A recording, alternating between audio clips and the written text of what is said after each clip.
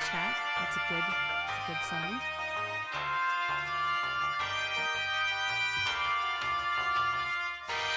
Just getting everything all set up over here.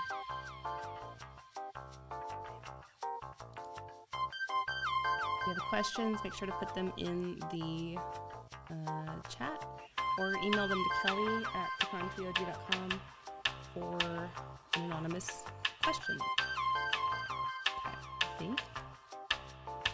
If someone wants to put something in the chat, one more thing, and I think I have it.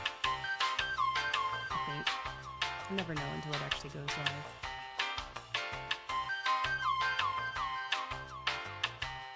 I don't think I'm muted. I don't think any of that stuff is bad. Cool. Yep, I know I'm turning it off. It's turning off. I was trying to do multiple things at once with the music. Yeah. Also, I can't tell how loud it is when it's actually like going to y'all, so I'll get it. Oh, yay, good job.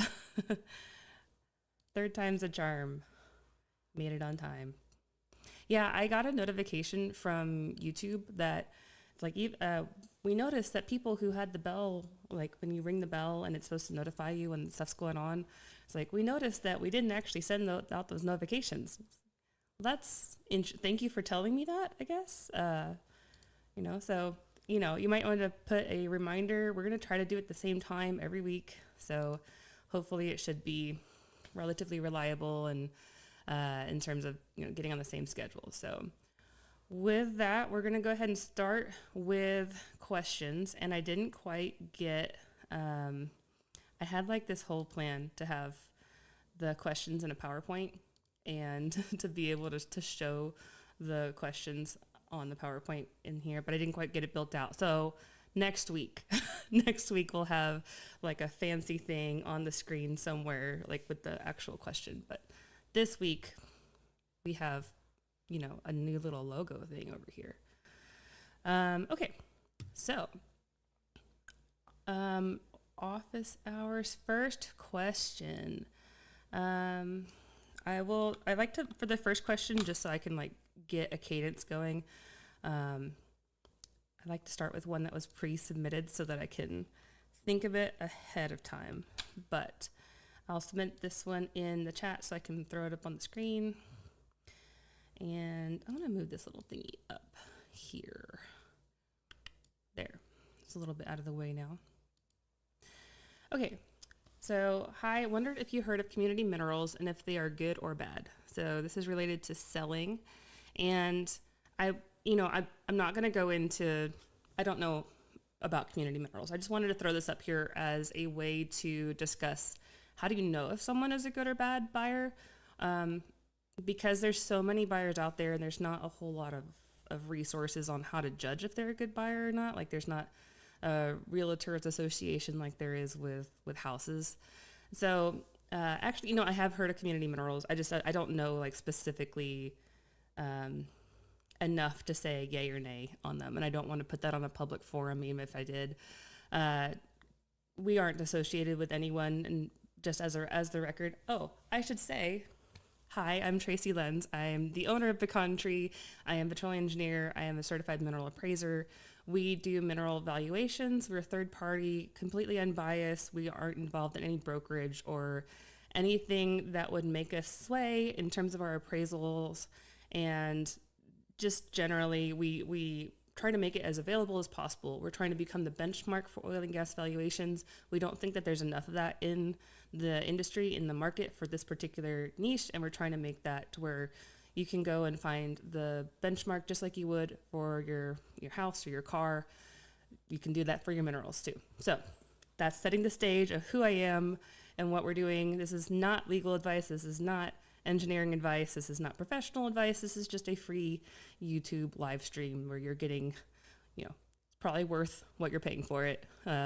Hopefully more, but I'm going to only certify the amount that you're paying for it. So with that, the amount so when you're looking at a buyer, the first thing to know is that if they are sending you an offer, they may or may not know what what you actually own.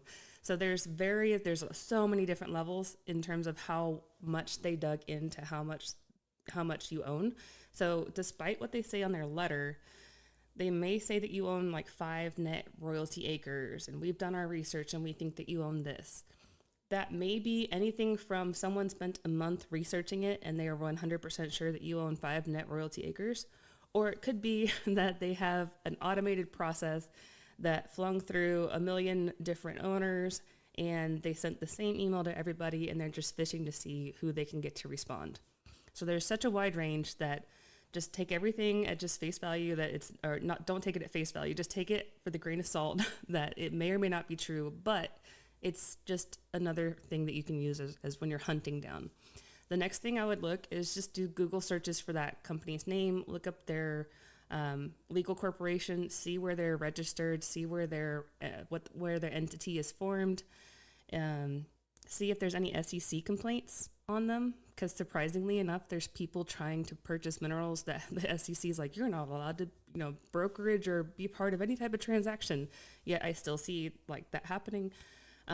Search, the Mineral Rights Forum, the Reddit, like LinkedIn, anywhere where there's people talking about minerals. Try to go through the full diligence as to like who's behind it, how big is the company, are they typically flipping things, or are they typically holding things? Like, do they have a big investment backing, or are they just 2 land bros who are still in college and they figured out the game? I mean, there's such a wide range. What you can also do is you can go into the county records in your area and seeing if they're buying and selling a lot in your area. Like, are they buying it and holding it? Are they buying it and flipping it the next day? Like, that's kind of telling you a little bit about what that company is doing and what they're able to offer you.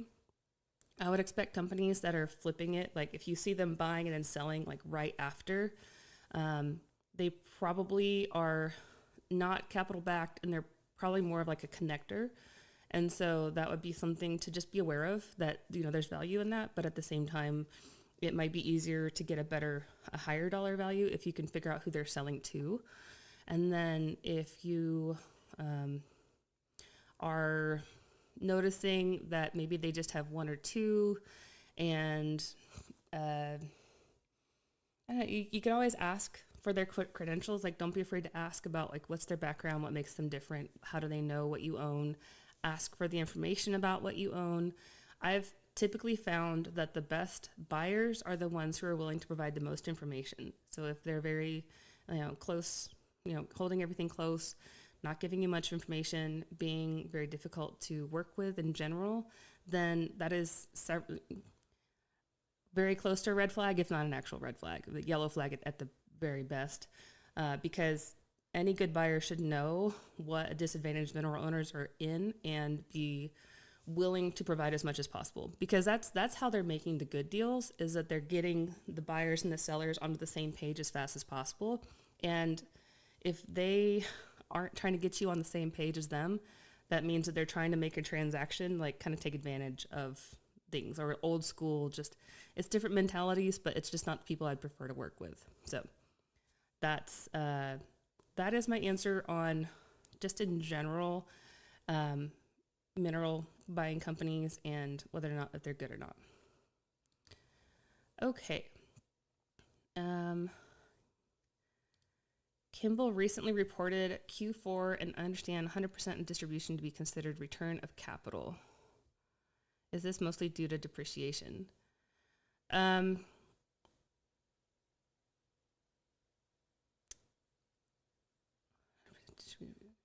Yeah, so it depends on what, I'd have to look into it more detailed. If they're investing in a lot of non-op, especially, then that amount that there's a lot of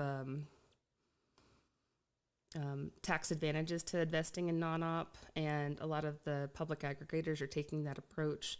The depreciation probably is a good part of it, but yeah, I'd have to look into that in more detail. But you always have very detailed questions, so good job paying attention. I'm sure you're in some way related to the industry, either from an investment or a banking or one of those type of sides. Okay, The next question is a little more involved. And I was debating putting this one up there, but I think that it's good to show what types of questions that everyone's having and that you're not alone if you're having these, very, what seems like simple questions, but they're very complex questions. And also if you're in the mineral space, and just know that these are the types of things that confuse mineral owners, and we're trying to do better in helping not confuse them, but it's, there's just, how's the best way to put this up there? This one's a longer question, so I'm trying to put it up there in a reasonable way. Okay, I'm going to switch to my desktop view, and we'll go from there. You can see my attempt at the PowerPoint.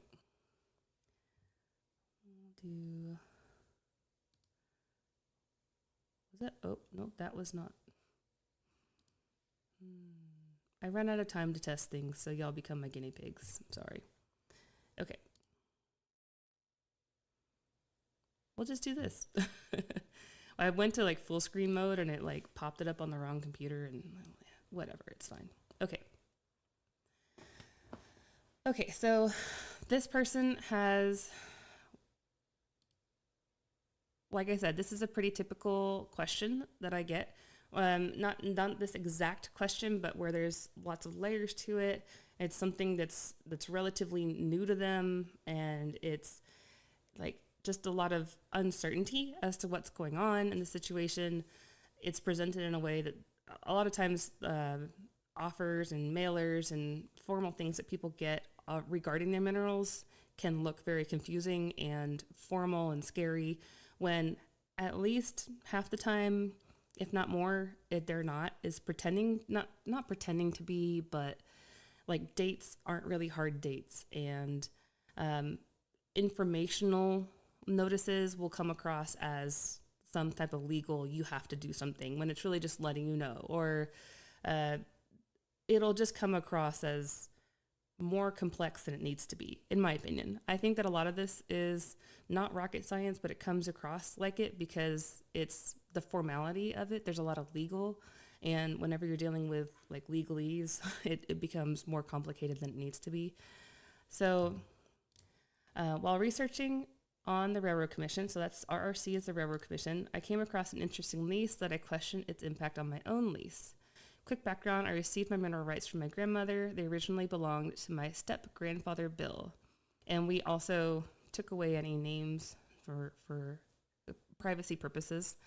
And so just as a heads up, because a lot of people don't think of this, if this is yours and your screen name is your name, like full name, just know that people might connect the dots as to whose question I'm looking at. If you're trying to submit an anonymous question, but then you start talking to me with your YouTube name and it has your full name, just keep that in mind. Okay. I received my mineral rights from my grandmother, belonged to my step-grandfather, Bill. His mineral rights fell to her when he passed. Grandma then passed them on to me through a quit deed. So a quit claim deed is just saying, I think I own this stuff, and if I do, it is now this person. So it's like the lowest level of certainty in ways of like passing it from one person to the other. So this happened in 1991. Bill received his mineral rights from his aunt as part of her living trust. I've received several leases since then. My last lease was in July 2024. I'm adding formatting to this as I go so I can keep track of where we are. As I mentioned, while researching on the Railroad Commission, I came across a mineral lease of someone claiming capacity as receiver for mineral rights under appointment of the district court and for above named trust, as trustee and their unknown heirs, devisees, representatives, and successors, if any said persons are deceased. It was in all caps. A lot of times for legal, again, I'm not a lawyer, this is just things I've learned over time. A lot of times things are in all caps in legal documents because there's like that has a different significance, and it has to be in all caps in order to like show like certain, like stand out enough to be counted as accurate. And that's a very probably terrible way to explain it, but it's funny how much is significant in legal documents, and I wouldn't have not thought of that. Like capital letters means that it's defined somewhere, right? Anyway. Okay.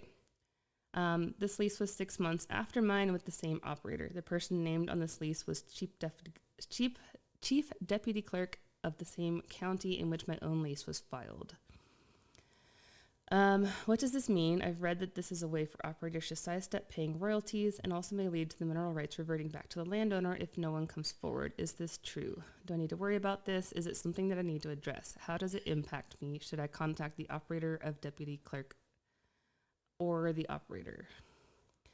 So the first thing, and maybe my, live stream brain is missing it, but I'd be curious what state this is in. Did I miss that? What state we're looking at?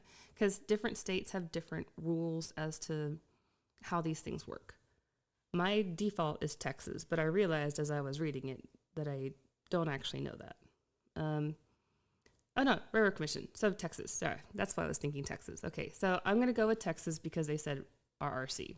So every state has their version of it, but none of them really call it the Railroad Commission like Texas does. So we're gonna go with Texas.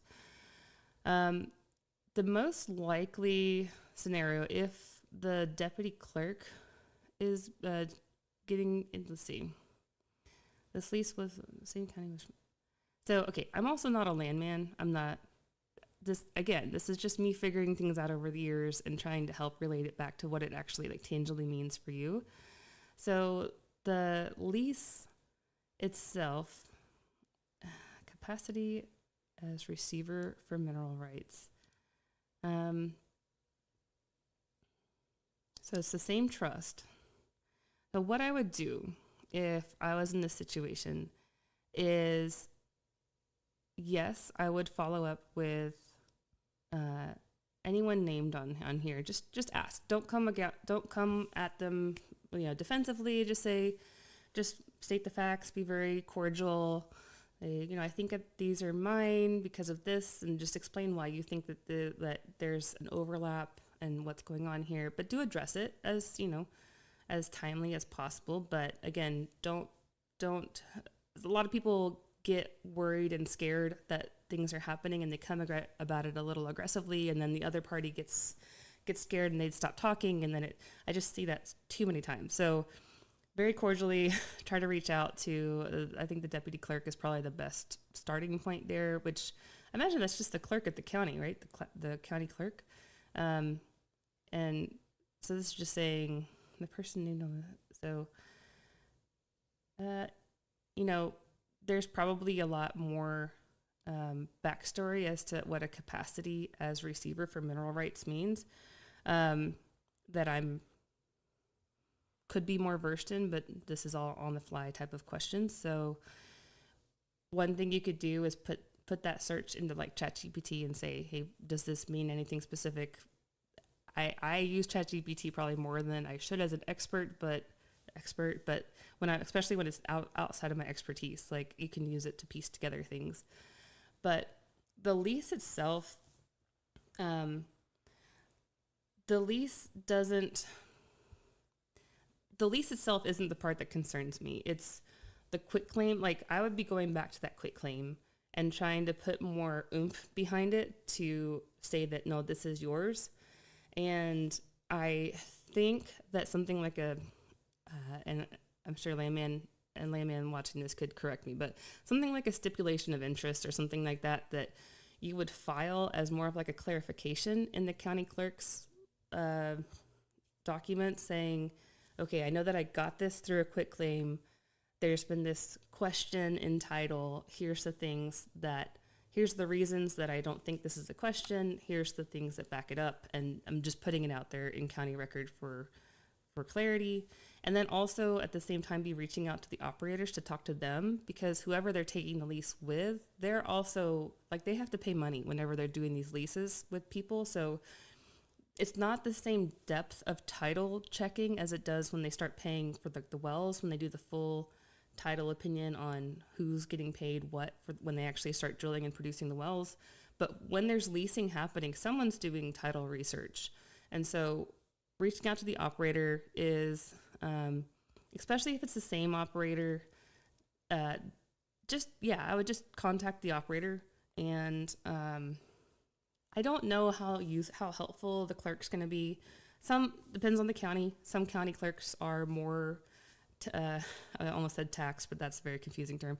Some are more overloaded than others. So they may be useful in this case. Some of them have a very hands-off approach to things, but the operator also kind of depends on how overloaded the operator is. But yeah, go to the operator, ask them, especially the person that you contacted and signed the lease with, like go back to that same person and ask. And they should be able to provide some, form of information, because the last thing that any operator wants is issues with title to be happening under the surface when the operator's just concerned about drilling the well. And so when title stuff starts to complicate things, it's just really distracting. So if they can just send you some quick information to make that noise go away, then that's what they're going to do. If they can have the right hand talk to the left hand anyway.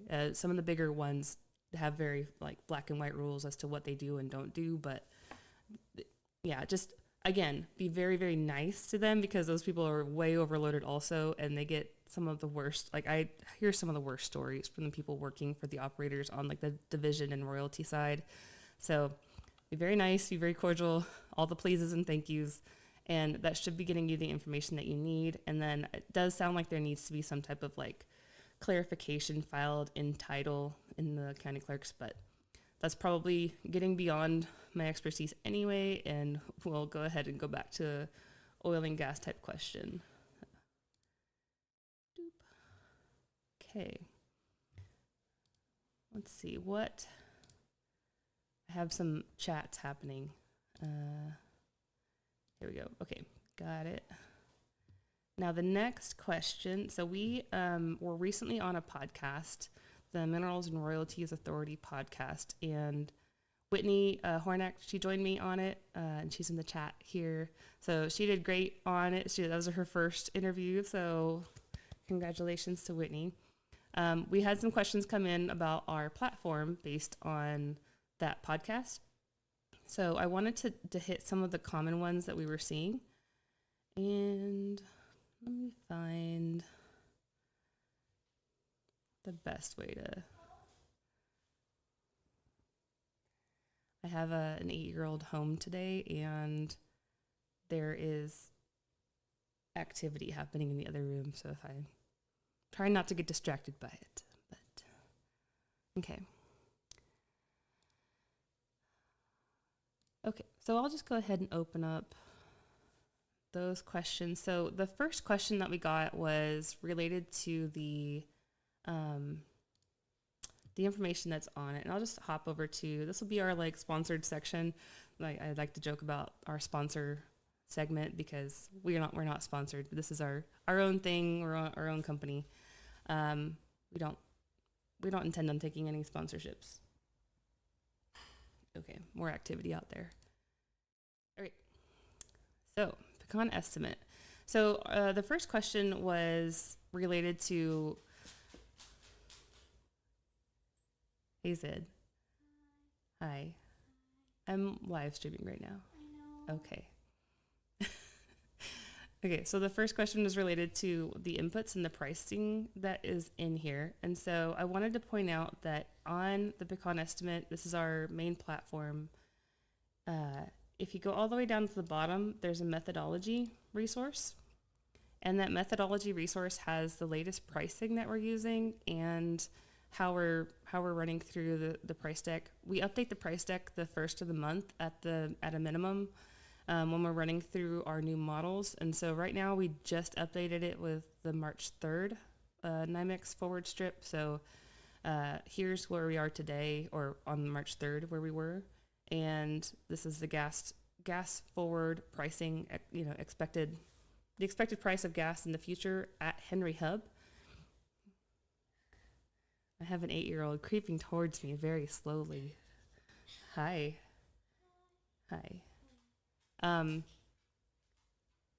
Just give me a minute, okay? Then you can come say hi. Okay. All right. the green is the oil price at West Texas Intermediate. And so the forward expectations on oil was pretty flat. Now, OPEC did have a recent change in the volumes that they're committing to, and that is going to be impacting oil pretty significantly if that doesn't change back negatively. So just keep an eye on oil pricing if you're paying attention to anything that has a lot of oil in your market values, and especially this forward part of it. So as you can see, this bounces up and down quite a bit, but what really impacts the values are what's happening in the next 3 to 5 years. So, these little bumps in gas prices are the winter months. So, but yeah, so we have all of our commodity prices here, and then, oh, you know what I have this little like pencil thingy that I can highlight things, but I almost feel like that's too fancy for me today. So I won't get into that, but if I need to, I can. And then we also have our definition of when we're saying something is the fair market value. We define it as using this definition. So if both the buyer and the seller have the same amount of information, willingly changing hands, no compulsion to sell or buy, with the same amount of facts on both sides and a decent amount of exposure, payments made in US dollars, like all the things typically motivated. There's no, it's an arm's length transaction. There's nothing else involved in the deal. That's what when we're saying that something this is the market value, which is the same as our Pecan estimate. We're always trying to peg market value, and then there's a range around that based on other things. There's also like considerations. Our definition of reserves are in here. What discount rates we're using and what adjustment factor. So this moves the values up or down. There's the methodology for if we're able to put a type curve to create the reserves. So the non-producing reserves that we report, most of it is based on type curve analogy, which is described in the Society of Petroleum Evaluation Engineers and some other places. And then also there's in areas where there's not a specific reserves value, but there's definitely value to the minerals. We have what we call a proximity based intrinsic value. That this is how we define it here. So these are some of the baseline model inputs, and then also on the individual tracks, you can go, we recently moved it from the word property to the word tract, because property can mean so many different things, but tract is related to the outline of land. And we just today, thank you dev team, Jason and JD, added the clarification for net mineral acre versus net royalty acre here for the value. So we kind of bring everything back to net royalty acre. We're working on adding clarification because that is a very confusing term, and we know it was just a way to get an apples to apples value, like a way to start systematizing all this stuff is to put it all down to one variable. But for clarification standpoint, like this particular property is a 12.5 royalty, and so net royalty acre equals net mineral acres. But if this was 25%, then net mineral acre value would be double the net royalty acre value, just how the math works. And we have these little hovers on explaining what different things are. We're continuing to add more. It's definitely on our list to add more and more and more methodology and information and help on this stuff. But whenever y'all send questions, it helps us know where to prioritize adding that information. We also recently, so we have a very early Pecan Insights. This is beta. Y'all won't see this quite yet. This is because I'm just, special. And then we have, I went into last week, we have our wells here. Our beyond producing, we also have a lot of information here as to what is going on behind the scenes. But the basics to know is that this is a very reserves-based model. It is using all the same like PUD prob POS with all the discount rates and assumptions, but it is also at this point it is like the 80 to 90% answer. There's things that if an engineer looks at it, they would like tweak it slightly, like maybe there's one PUD instead of two, or there's three PUDs instead of two, and a PUD being a very likely well to be drilled. So just know that that's the difference between an appraisal versus what we're presenting here. But considering that this is something that we can output in 30 seconds, we're trying to use this as a starting point and then continue to improve from there. So I think we have a couple more questions. I'm going to hop back to questions real quick.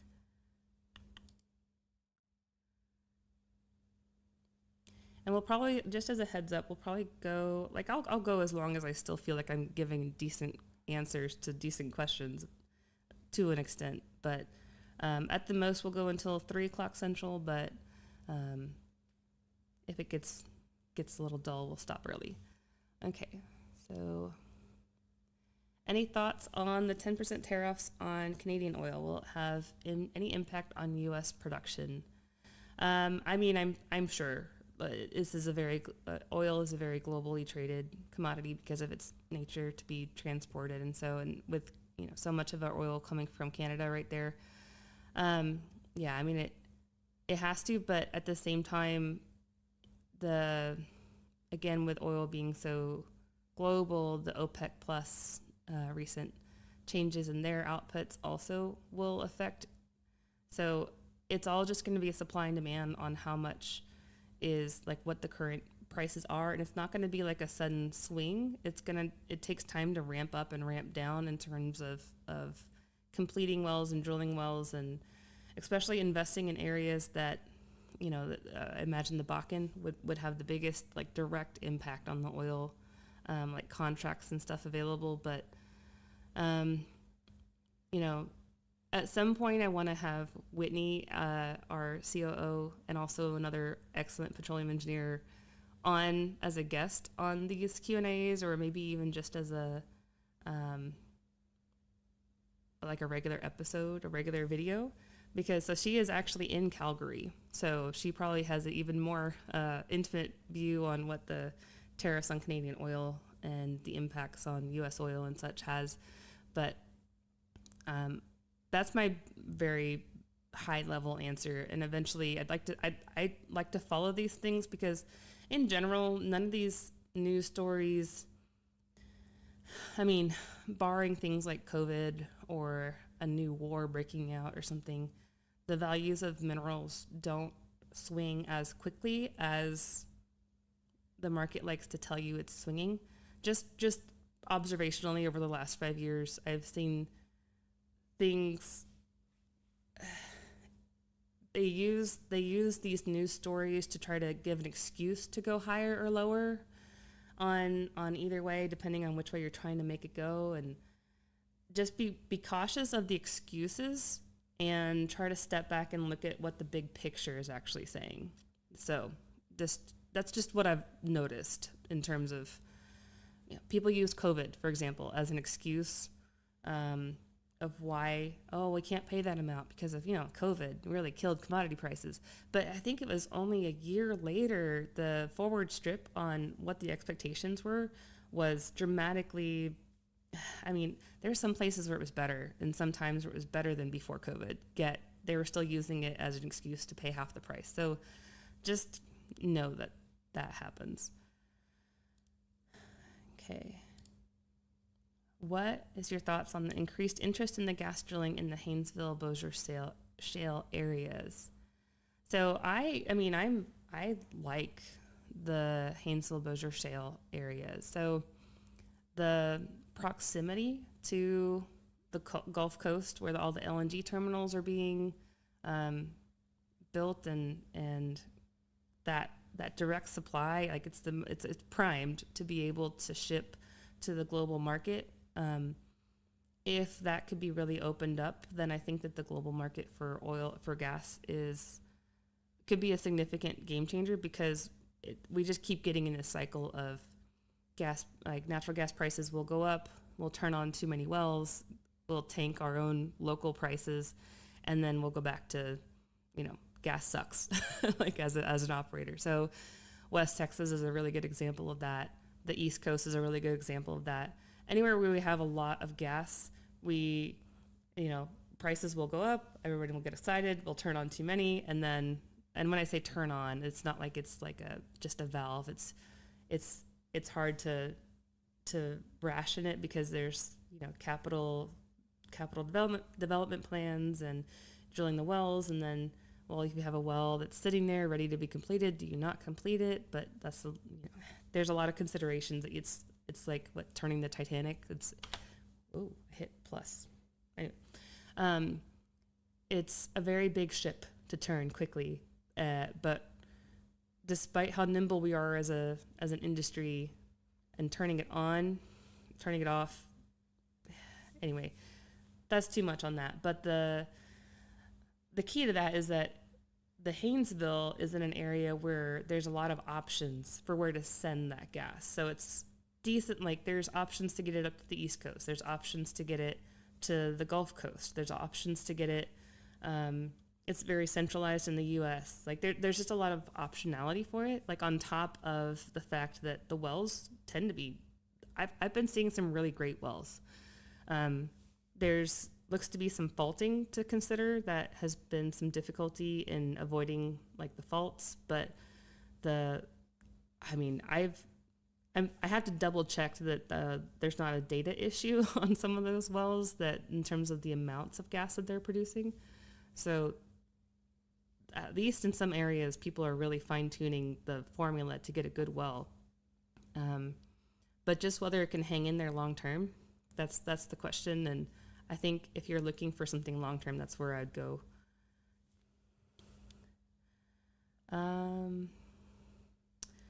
So James, I don't have any additional information on lithium in Arkansas and all that stuff. Last week, I went into a bit on lithium. I think that was last week. It might have been the week before.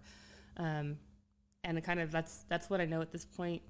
I'll continue to roll out more of what I know, and then eventually I do want to get oil and gas adjacent things into Pecan Estimate, so that if you're looking at a property, it will like alert you of, hey, there's lithium in this area, or here's how this solar lease will affect the minerals, or here's how much you should. If the surface, if you're like essentially selling the mineral rights because of surface usage purposes, whether it's solar or big fields and for drying the lithium brine, for example, like how to consider that. So I do want to have that on there eventually, and we have the foundation in place to go that direction, but we just have a very small team. So we're still working on expanding that. Okay. Joel, what are some companies you would recommend to invest with in regards to oil wells? So in regards to oil wells, so I'm going to infer from that question that you're talking more direct investment than like buying Chevron stock or something. Because that is, obviously they are, any of the publicly traded oil and gas companies are, you would be theoretically investing in oil wells at that point. Unless you were like trying to target oil heavy investment companies. And so for example, like EQT is very gas heavy, or, that type of, maybe that mix is what you're talking about. Sorry, I'm coffee because it's Friday. But in terms of, I'm gonna infer that you meant more of like the direct investment, like if you're wanting to invest in the drilling of oil wells and maybe get some of the tax benefits of having that capital being used in a tax advantageous way. How would you? Yeah, this industry is so word of mouth, and when it comes to that level of investing and who to invest in, that I would just start going to as many, the drilling. Yeah, so I would go to as many networking events as possible, and specifically, there's a couple, that's just where I've found the people actually doing the thing and getting to know them, getting to know their backgrounds, where their capital, like main capital sources are, how diversified is it, what your individual capital risk is, because that is also a very big consideration. Like, are you willing to invest in drilling one well in one area with one person, or are you wanting to spread your investment across several, or more of a package? So I know that, like, for example, Eckerd is starting to drill wells now, and they do investment like tranches through private investment packages. You know, Eckerd is an interesting, like, there's a couple different companies, like much smaller companies I've also come across that do that similar type of thing. I don't know how I feel about it yet. I'm still figuring out how I feel about that, because on one hand, it spreads out the risk across a large number of wells. But on the other hand, you're putting a lot of trust into a privately held company that you can technically get you are technically getting a real asset, but it's be very difficult to actually get it if they were to dissolve and you needed to like hold on to the deed, because you'd have like all these little fractional deeds across, you know, hundreds of acres and hundreds of units, and suddenly you would have this massively difficult portfolio to manage yourself. So I don't know how I feel about it yet. I'm still figuring it out. They seem decent, I would just say, as a company, but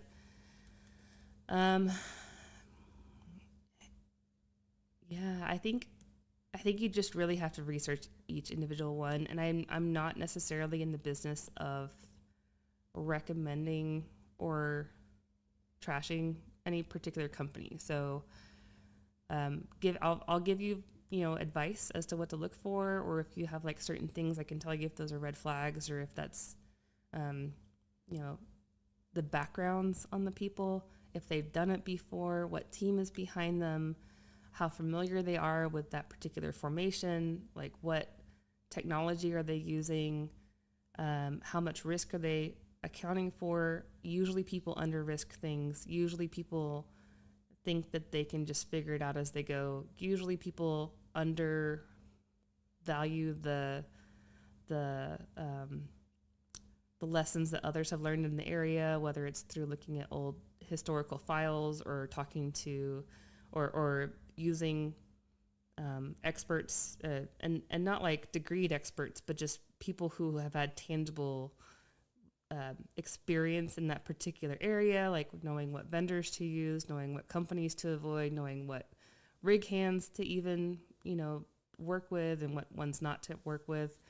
The ground game when it comes to actually drilling a well is very important, and I don't think you can discount that. So like seeing how tapped into the ground game for that particular area that they're drilling in, that if they haven't considered that and if they haven't really played that out, then I'd be curious when they were planning on doing that. Like, are they planning on like contracting that out?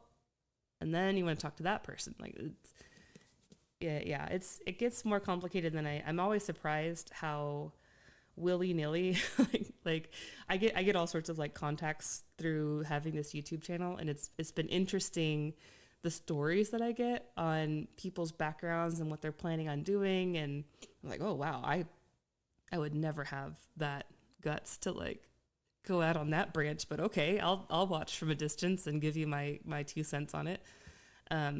But yeah, there's definitely a lot of people who have made a good career out of that type of stuff, but there's definitely a lot of people who have lost a lot of money wildcatting and drilling. So anyway, any recommendations on hiring a landman?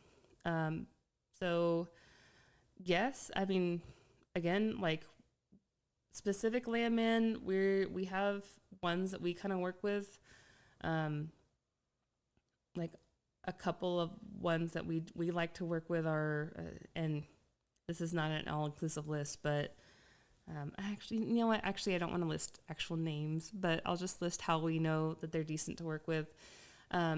There's a association of professional landmen that they can register with to get their RPL. And the RPL license, from what I gather and what I've seen about it isn't as in depth to get as some other licenses, but it's the only one that is really in existence. So that's a starting point, is just make sure they're actually a landman if you're working with them. The Association of Petroleum Landman has chapters across the U.S., so find a local chapter, and there's usually a directory, there's usually a chapter president. The nice thing about landman is they love to chat, so they love to talk. They usually make it pretty easy to find their number and contact them. Feel free to ask for examples of their prior work, and even if you don't know exactly what you're looking for, if they can't provide that, then maybe they've never actually ran title before. So there's, again, a very wide range of the backgrounds of people in this industry in general. But I found that landman is one of the roles that it could be someone who hasn't graduated college yet and their frat bro says, hey, you can be a landman for my dad's company. It could be, and they've been working it for a month. It could be that, or it could be, oh, I've been a landman, I'm registered, and all the things, and I know I'm also a lawyer. I'm also, an expert in these 5 different states, and I've been doing this for 30 years. Like, there's a very wide range of what is a landman. Side note, none of them include the definition that the show Landman uses. I don't know any of them that have that particular skill set and background. And I've talked to many people who are like, whew, if my landman saw a well blowing out, they would not run up to like go turn it off. And I've only watched 2 episodes of that show, but oh my gosh, I had to stop and not even like the oil and gas related things. I had to stop because of the portrayal of women. Honestly, that's the one that really got me. I just couldn't. But that is a totally aside thing. But somewhat related though, the AAPL is the official nationwide organization for landman. They did, prep for an influx of people interested in becoming a landman because of the show Landman. So that's kind of interesting. And I joke about it, but there's some good podcast reacts to or video reactions to Landman reacting to the show Landman, and they did get a good amount of things correct. One of the funnier ones was like, oh, the thing that he really got wrong was that he's driving a brown truck and not a white truck. We know that would be a white truck if it was really a company truck. I was like, that's probably true. Yeah. So, okay. Other recommendations. So yeah, I guess just if you need a specific area or a specific, really it's what are you looking for? Are you looking for someone to negotiate on your behalf, or are you looking for someone to go to the courthouse and dig title for you? Those are 2 different skill sets. It's kind of like doctors and lawyers where, the person who's doing the intense deep dives on one particular topic is a different skill set than the person who is the surgeon's different than the GP, and the litigation attorney is different than the abstractor attorney. There's just, or the patent attorney, maybe that's a better example. So knowing what you're looking for, knowing what area, finding a landman that is knowledgeable in that area for that thing. So just knowing that exists. And then, don't be afraid to ask for recommendations or other past clients that they've worked with, and kind of treat it just like you're doing an interview for a realtor or a CPA or any other of those professional services. They should be able to provide you equally an equal amount of backing. Okay. What time are we at? 2:52. Okay, I think we have time for one more question. So I had a request from my team that we're getting several questions on how to build a property in Pecan Estimate. So we have focused a lot of our time on the back end of Pecan Estimate and making sure that the equations are right, and how things tie together, and how we're utilizing that information for our appraisals and in-house projects. And it's only been recently we've been rolling out the front end and the website portion of it. So there's things still missing. So I understand the questions. So I thought it might be good for me to just walk through how to create a Pecan estimate, especially if you're just from a very like high level introductory standpoint.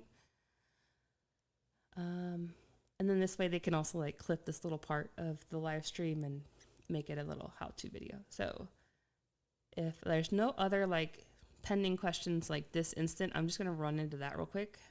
So we'll go to desktop. And so when you get to our website, you can either create an account. Creating an account is free. You don't even have to put in a credit card or anything to create an account. We wanted to make it to where you could store as many properties as you needed to like stage what you're doing, because there's a lot of research involved and a lot of the getting stuff built sometimes. So we wanted you to have a place to put it. So I would recommend just creating an account from the get-go so you don't have to do it later. But when you get to our site, we have the whole US, but to make it faster, we have you select what state you're wanting to look at first. So I go to Texas a lot, so for fun, let's go to Louisiana, and we'll just hop over there. And it will load, all the other properties you have will also load in these kind of pink outlines, but you'll only be able to draw a property in the state you've selected. So if you want to go to a specific county, you can select it, or you can zoom in, and it will fly you to that area. And then it will load the land grid. And if you know what the name is that you're looking for. So here, if you want to scroll down right here, you can see examples of how we're looking for the data. So if you're looking for Township 15 North, Range 11 West, Section 18, you can type it in, fly to it, and it will take you directly to that section. And if that is exactly what you want to create, like if that's what's on your legal description of what you own, then you can go ahead and create that and you can either do quick create or standard create. Quick create will keep you on the map if you want to do multiple properties at once. You can also, if let's say that you don't own this north little bit here, you can take it and move these around. So I just clicked on this yellow outline until I saw this little little arrow thing pop up, and you can modify it. You don't have to get super precise with the outline, because what more matters is how many net acres you put in a little bit. So I'm just going to say quick create, and I'm going to give it a name. And the royalty rate is, if you don't know the royalty rate, you can just leave it as the default. If you aren't leased and you don't plan on leasing and you plan on drilling your own well, that would be 100% royalty. So you get 100% of the royalties. So this is looking from your standpoint, because our interest type is mineral interest. This is from the mineral interest owner standpoint. So if you signed a 25% royalty lease with the operator, that means that you would get a 25% of the royalties. So this is in decimal. So if it's a 25% royalty, we'd say 25.25. And then for net acres, as you can see, it says you circled an area that's 506 total acres. And how much of the total acres do you own? So if you have a deed that says you own half of this following described thing, then the starting point would be putting in, like, was it 253, 54, whatever net acres, because we're looking at how many net, like if you take the percentage you own times the size. And the reason this is kind of difficult is because people approach this from a whole bunch of different angles, and depends on if you're approaching it from what percentage you own, then entering net acres is kind of weird. But if a lot of times people are given, oh, I'm offering you $100,000 for your 5 net acres in Madison County or something. So we wanted to make it something that if you got an offer in hand, you come here and just put those in there. If you don't know, you can just put 1 acre and then you'll be given $1 per acre amount as all of your numbers. If you have an override, you could say that this is an overriding royalty. And if you know that you own 10 net royalty acres from it being an overriding royalty, you could say that a royalty acre assumes 12.5%. So if you just put in 12.5% in 1 acre, then everything that will be displayed on the next page will be in net royalty acres. So I know that I'm talking through a lot of numbers, but hopefully you can at least replay it if this is difficult. And we'll be creating more like wizard type of load screens eventually, but so we'll go ahead and create the tract. And when I hit create, I just want to hit it once and then I'll wait. And this will turn blue once it's created. Of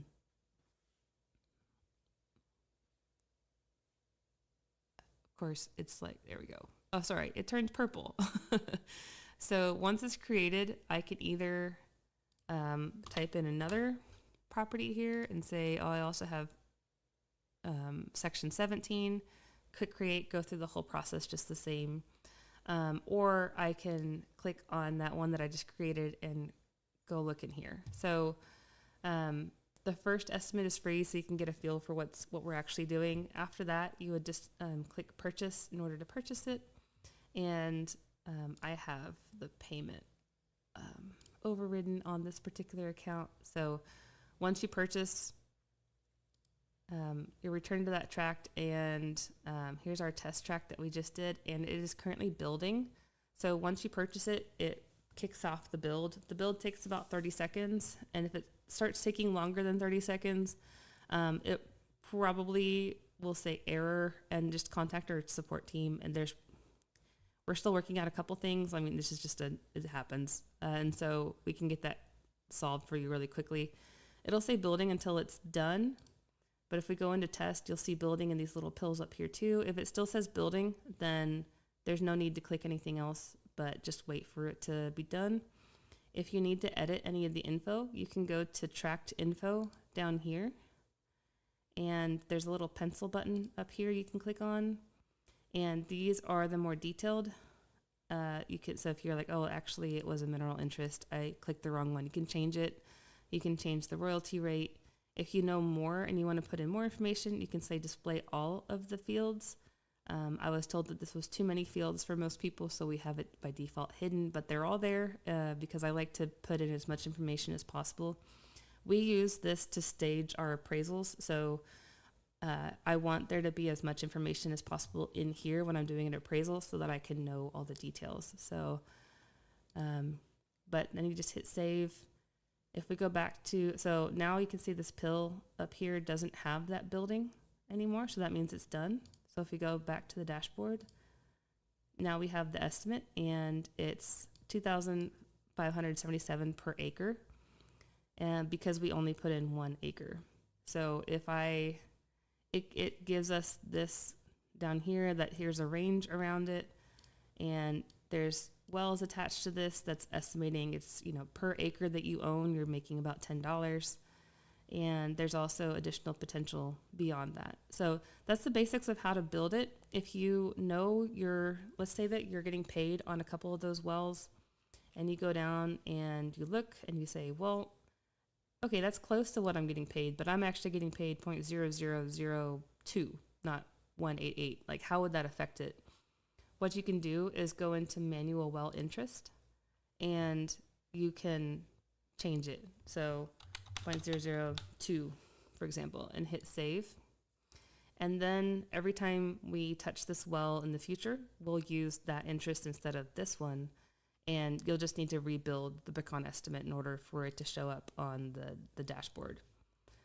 So this would also be if you have a wellbore only interest and you don't have interest in anything else, you could set the net acres to 0 and just overwrite these decimals with what you actually have, and then we won't show any additional potential in this beyond producing would go to 0 if you had 0 net acres, but your producing wells would maintain that PDP value, and your monthly revenue would maintain that monthly revenue. So we also display that monthly revenue is as of the last date that we have production for, because we're trying to match the last date of production. So it's not what it's making today, because the checks are delayed also. So if you got your October check, your check for October production, it should be around this range, but the actual dollars that's transacting today out in the field is probably different. But I think that's probably enough detailed on how to build it. Again, we're working through some additional use cases and more clarity for, like, if you have a overriding royalty interest. There's a couple other things that we'd want to show that we don't quite have built in yet, but we would show on the back end. Or a working interest or a non-op, like those sides of it are being fine-tuned still, but the royalty interest side is there. Also, we now have this new feature where you can, like, click to view the map easier. Before, you had to go down to geographic info and had to know that it was there. So when we show the wells, we're only showing the ones right around the property, but there are more wells beyond that. So just also be aware of that. So which computer system can this be used on, i.e. Windows 10? I'm using Windows 7. So this is all web-based. So as long as your browser, I haven't tested some of the older browsers, but it works on my phone at least. So it should work on any computer you have that's connected to the internet. For example, if you're here and able to do YouTube live questions, I imagine you could go to pecanestimate.com and it should run just fine in the same browser that you're doing. Well, actually, you might be on your phone or something, but if you could open up Safari and put it in on the same device, we'll just say. So this is it's not like software you have to install. This is all web-based. So we have all the security things in place in order to make it to where it was surprising how difficult it was to set in all the security for logging in and the tracks and making sure that things were account based and setting up the Google authentication and other authentication methods. So that's all Jason Hooten. He's our CTO. He's our programmer guy, wizard. That's all his stuff. But I think that's enough talking probably from me. So if there's any final questions, I can hit it real quick, but otherwise I'm going to call it a day. And, hey, Sid, do you want to say hi? Okay, my daughter wants to say hi. I told her that she could. So since we're at the end, I can always, if we lost people, we lost people already, right? Hi. Oh, looks like both daughters are coming to say hi. Come here. Come here. All right, so we have this daughter is the human daughter. This is Sydney. And Crystal is the four-legged daughter over there. So, all right. Go back to the couch. You're supposed to be sick. No. So, all right. At that, thanks, y'all. Thank you for joining. And remember, we'll be doing this every Friday at 2 o'clock Central. And feel free to keep sending in the questions, and we'll keep answering. All right. Thanks.